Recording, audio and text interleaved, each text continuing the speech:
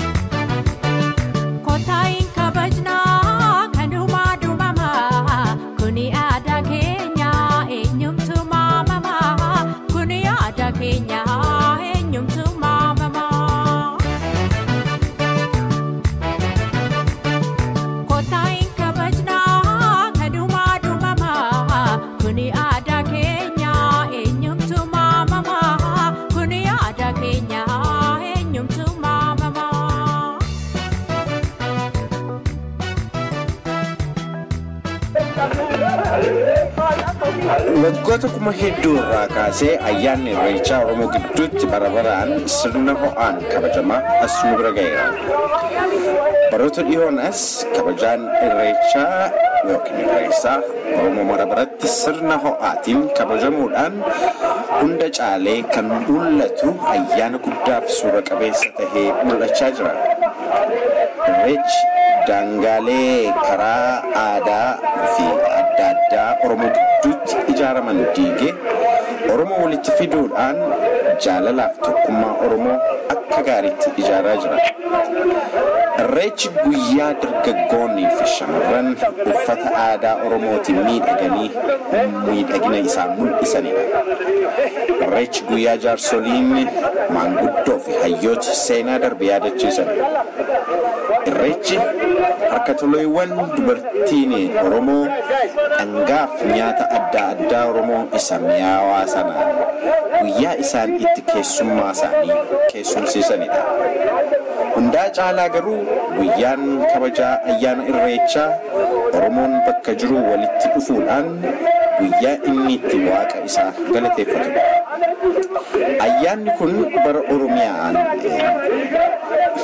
Ayyaanni kun barana Oromiyaaf Oromoota guutummaa addunyaarra jiran biratti sirna ho'aan kabajamaa jira. Haaluma kanaan biyya Kaanaadaa kutaa Albertaa magaalaa Kaalgaarii keessatti ayyaanni Irreechaa sirna ho'aan kabajameera. Raadiyoon Afura Biyyaa Edward's Park malkaa laga Ba'uu dirree Oromoon Albertaa itti irreeffatu irratti argamuudhaan keessummoota ayyaana kanarratti argaman keessaa Oromoota 3 haasofsiisteetti. Obbo Dirribii Lataa keessummooti dhangaa qophaa'e akka soorataniif maaddii cumboo fi qoriitti osoo keessummoota afeeranii arganne. Obbo Turee Haajii oduu himaa boordii waldaa hawaasa Oromoo magaalaa Kaalgaarii immoo akkasuma utuu keessummoota fagoo irraa dhufan keessumsiisanii argannee sadan isaanii obbo Mitikuu Waaqayyaa akkasumas obbo Turee Haajii obbo Dirribii Lataa haasofsiistee isiniif qabattee dhiyaatte. Obbo Mitikuu Waaqayyaa waggaatiin Oromoon Albertaa as magaalaa Kaalgaarii keessatti heddumminaan walga'ee ayyaana Irreechaa kabajata. Hiikaan ayyaana Irreechaa kanaa maali?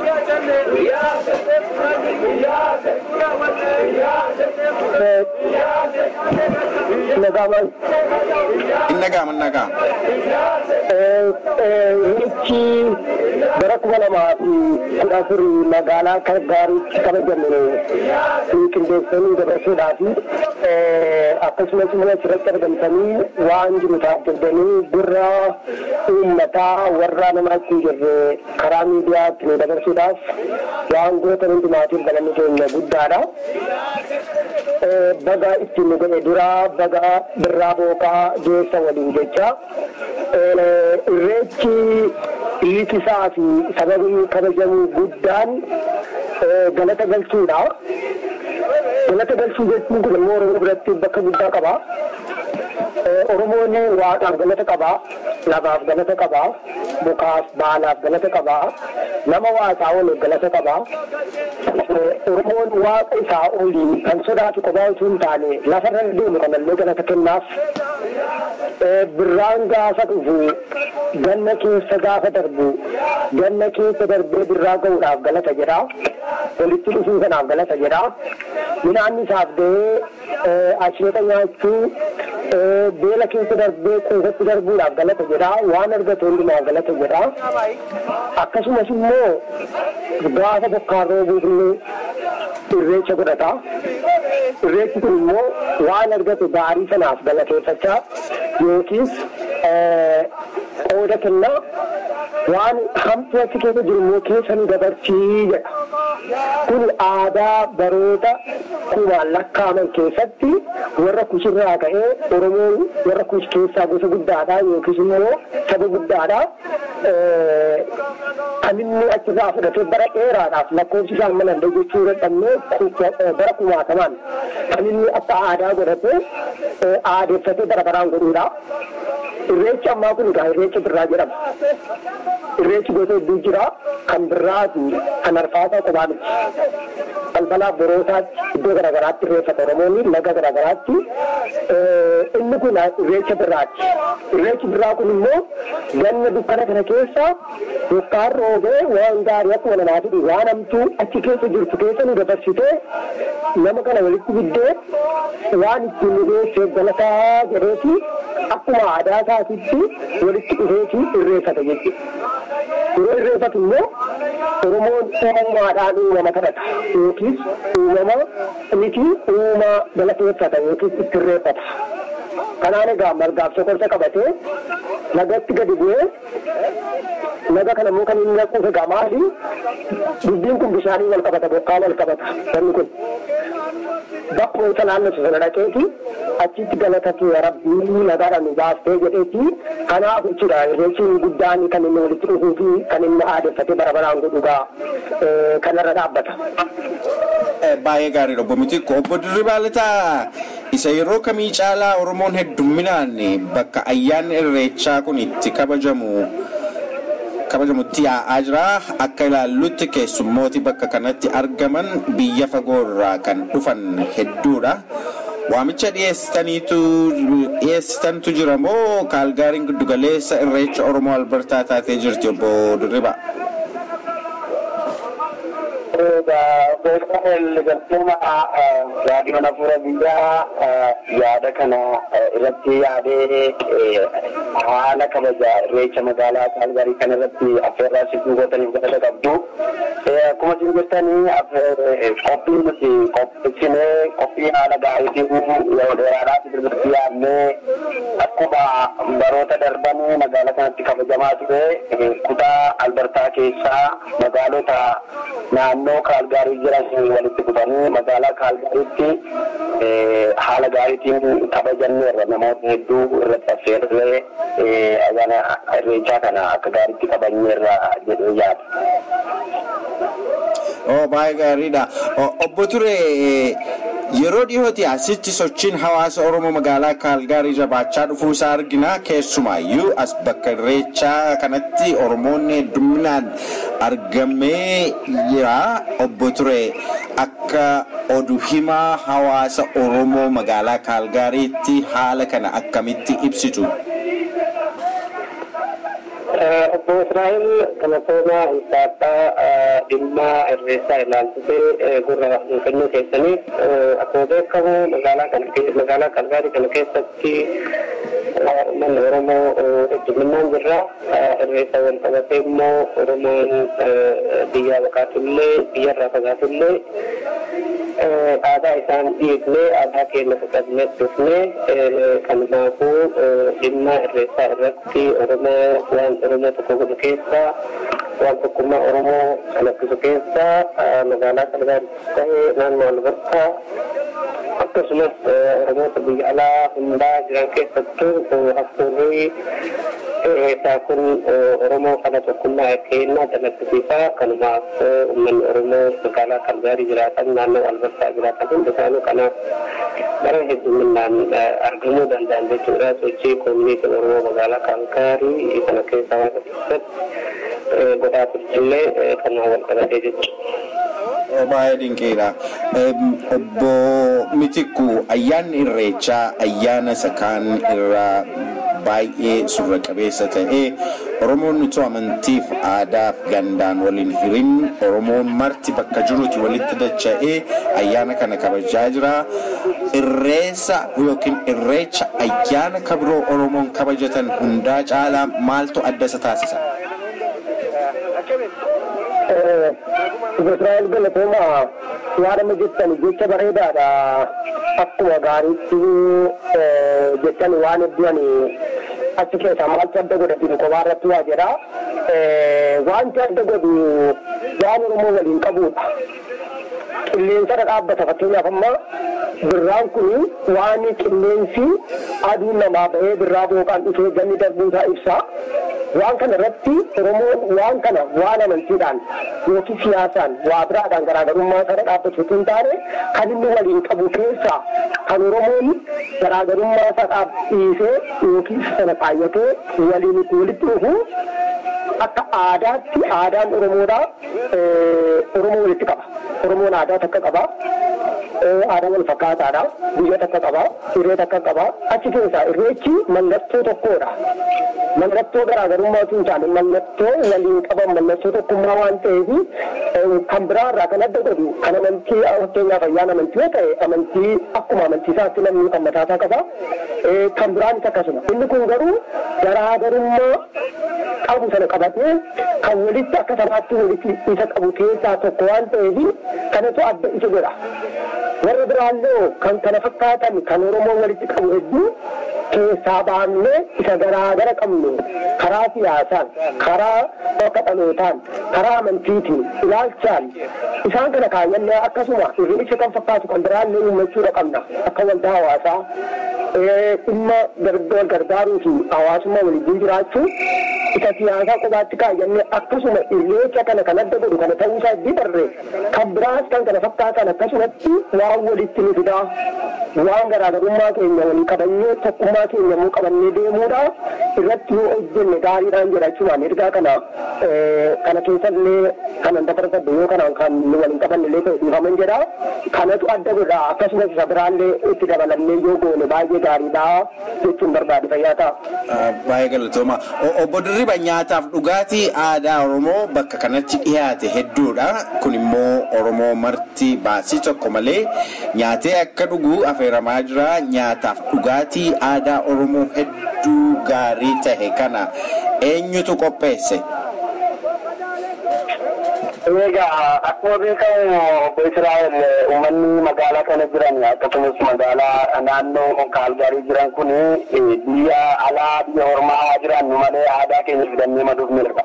Aadaa uffannaa, aadaa nyaataa, aadaa jiruuf jireenyatti waliin jiraannu dandee moofne irraanfanne waan ta'eef dubartoonni magaalaa kana jiran akkasumas magaalaa Edmonton irraa dhufanii nyaata aadaa uffannaa aadaa wajjin walitti fidanii dhufaniiti irratti haala gaariitiin akka kabajannu ni godhanii jechuudha. Egaa nyaata aadaa yeroo jedhu nyaanni aadaa naannoo Oromiyaa keessa jiru tokkollee tonafiin hunda fidanii haala gaariitiin kabajanne inni kun baay'ee waan nama gammachiisudha.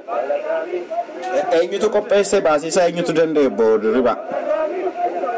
Baasiin egaa namoonni akkuma dandeettii isaanitti fedhiitiin kan manaa fidanii dhufanis ni jiru. Inni egaa haalli tokko koreen ijaaramtee ni jechu waan ta'eef koreen waggaa waggaatiin irratti qopheessu kun baasii mataa isaanii baasanii haala gaariitiin waan akka foowwaa biifaa kana asheetii boqqolloo faa kana walitti qabanii ija koreema sanatu danda'e amma. Haalli qindaa'amni akkasii kun akka inni itti barabaraan itti fufuu abdii qabna. Obbo Ture gara keessanitti hin deebi'a. Obbo Ture ayyaanni irreechaa daangaa diinni Oromoo gidduutti ijaare diigee Oromoo amantiin gosaaf gandaan osoo hin qoodin jaalalaan walitti fidee tokkummaa Oromoo jabeessaa jira. Obbo Ture aadaa miidhagaa kana Oromoon hawaasa keessa jiru hundaa keessatti akkamiin kunuunfachuu qaba jettu? Oromoon ilaalcha siyaasaatiin naannoo isaatiin amantii isaatiin osoo hin daangeffamin akkuma obbo Xiqqoon duratti lafa kaa'anitti waan Oromoo tokko godhu kana irratti Oromoon marroo yaada isaa yoo deebise Oromoon aadaa isaa, Oromoon afaan isaa, Oromoon haala Oromummaa fakkaatu hundaa cimsatee tokkummaan jiraachuuf jechuu hin danda'a jedhee yaada. Obbo Xiqqoo Waaqwayyaa, Obbo Dirribaa Lataa fi Obbo Turee Haajii sadan keessaniyyuu maqaa dhaggeeffattoota raadiyoo Afuura Biyyaatiin hedduu galatoomaan isiniin jedha. Ayyaana gaarii, guyyaa gaarii.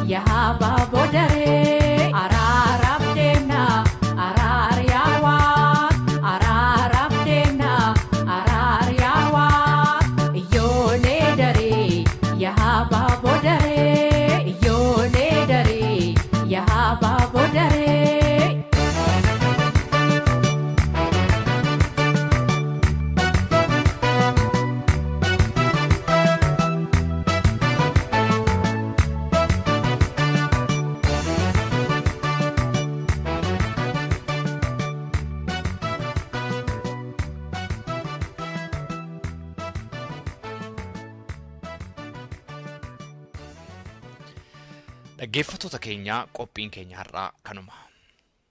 Waa'ee qophii keenyaa yaada yookaanis gaaffii yoo qabaattan karaa iimeelii keenya contact@saifanabalbal.com jedhaatiin qunnama. Fuulli intarneetaa keenya www.saifanabalbal.com jedhama nu daawwadha. Akkasumas Facebook irratti raadiyoo Afuura Biyyaa jettanii yoo nu barbaaddan nu argitu. Torbee qophii biraatiin hamma wal agarrutti torban gaarii isinii hawwinaa gaariitti.